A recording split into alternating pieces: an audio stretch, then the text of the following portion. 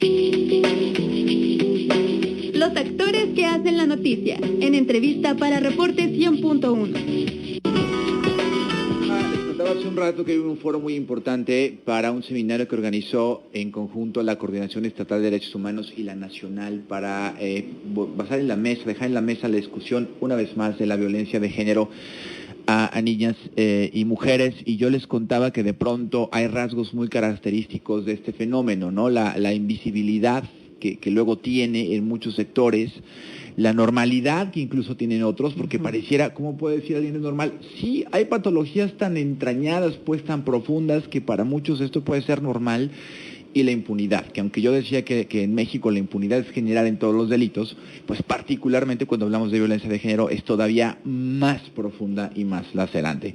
Hoy está conmigo una mujer que respeto muchísimo y que quiero más, y que es la directora del CAVI, de este Centro de Atención a Víctimas del Delito, Marta Horta, que la sigo, además soy seguidor en redes sociales porque es muy activa, y estuviste ahí, mi querida Marta, en este seminario, y yo te pregunto, híjole, seminario y otro curso y otro convenio, y las cifras, Marta, siguen subiendo.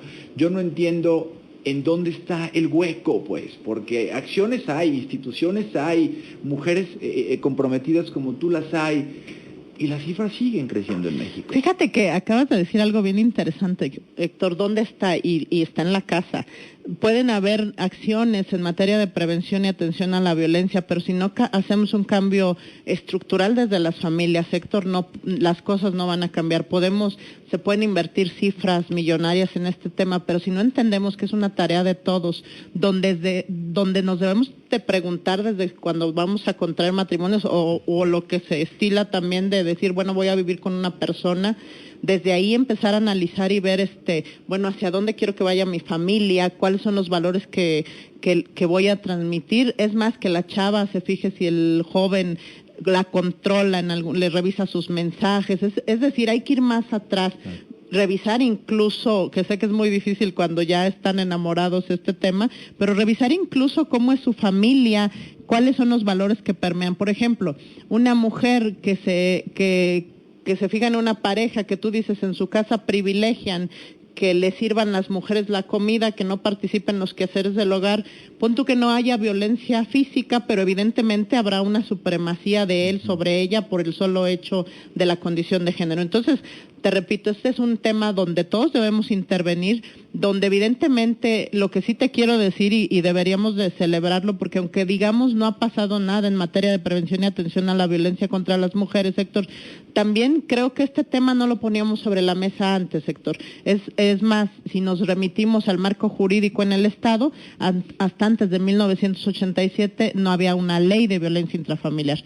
Se modifica en el 97 cuando decimos no es un problema solo de las familias, es un tema público y como tal, es más, es un tema de salud público y como tal se debe poner para que no se resuelva intrafamiliarmente, que desde la palabra ya decías, entonces lo saco o no lo saco a la luz pública. Y todas estas partes arraigadas que incluso, no sé si tú recuerdas, que decían los trapitos sucios se lavan en casa. Entonces es todo un tema cultural que, bueno, con estas leyes que ahora nos hablan de difundir, por ejemplo, este seminario del día de hoy, pues es de poner a ojos de la gente un tema que no es público, sino que incide en muchos lados. Te doy un dato, por ejemplo, la Organización Mundial de la Salud considera la violencia familiar y de género como un problema de salud pública. ¿Por qué? Porque una mujer que es víctima de violencia, si trabaja no es tan productiva, en las fábricas no van a trabajar, llegan y de repente empiezan a somatizar, porque no necesariamente es la física.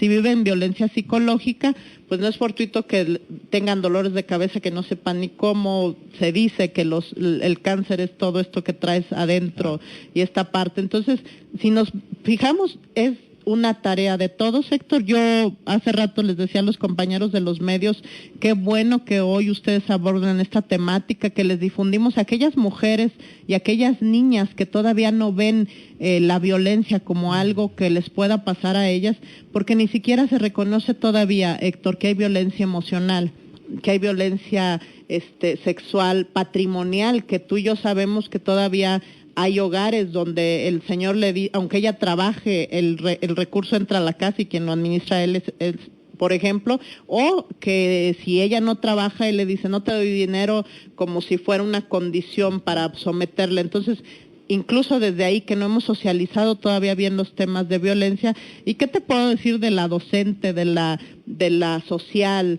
Es decir, la estamos reconociendo. Y te decía, luego en 1997 se cambia, y también a nivel nacional la Ley de Acceso de las Mujeres a una Vida Libre de Violencia, que fue muy discutida y que luego San Luis fue de los primeros estados donde la aprueban en el 97, fue el quinto a nivel nacional. Que te acuerdas que la gran discusión era por qué una ley especial para mujeres, como si fuera, como decían, bueno, y la igualdad, ¿dónde queda?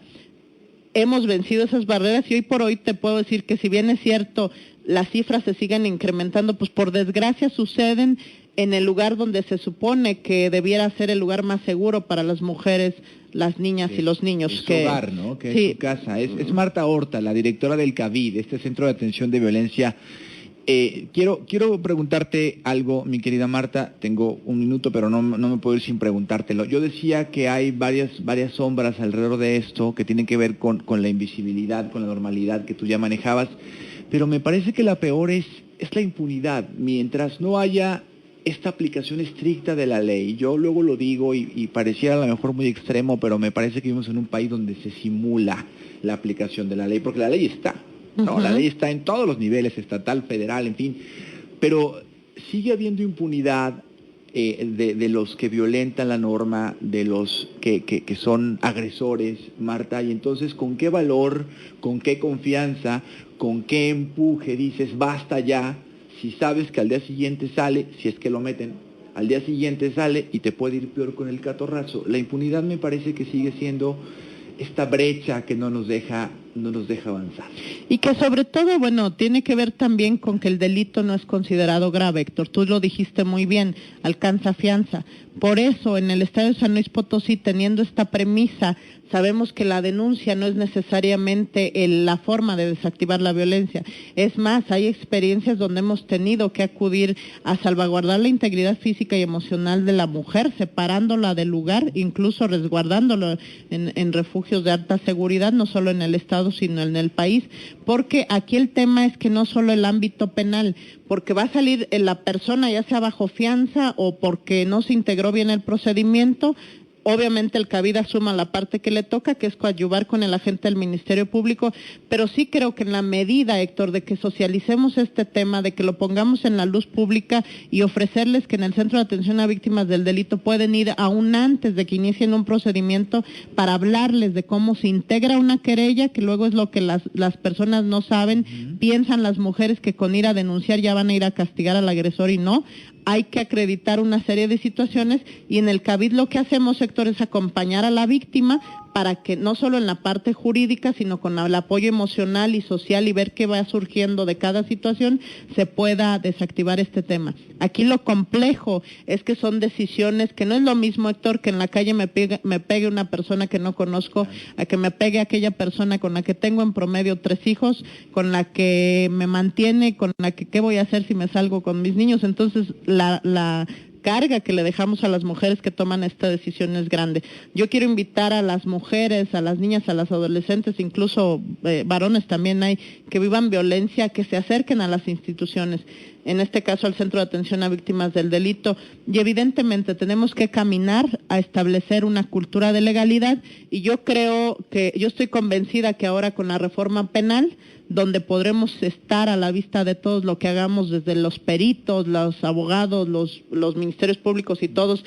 seguridad pública, podremos incidir en esta parte. Y te doy otro dato. El día de ayer concluimos un diplomado para policías ministeriales, estatales y municipales, porque la idea es darles herramientas. No solo es decir hacia afuera lo que existe, sino dotar a quienes van a atender de primera vez a las víctimas de violencia familiar y de género, porque luego son ellos los que les toca y orientar de primera instancia a las mujeres, y bueno, lo que estamos tratando de hacer es de incidir no solo en política pública, sino también en dar herramientas a quienes atienden a las mujeres de primera vez. Acciones más operativas. Mi querida Marta, gracias. Hay mucho de qué hablar, seguiremos haciéndolo. Gracias Marta. Es Marta Horta, la directora del CAVID.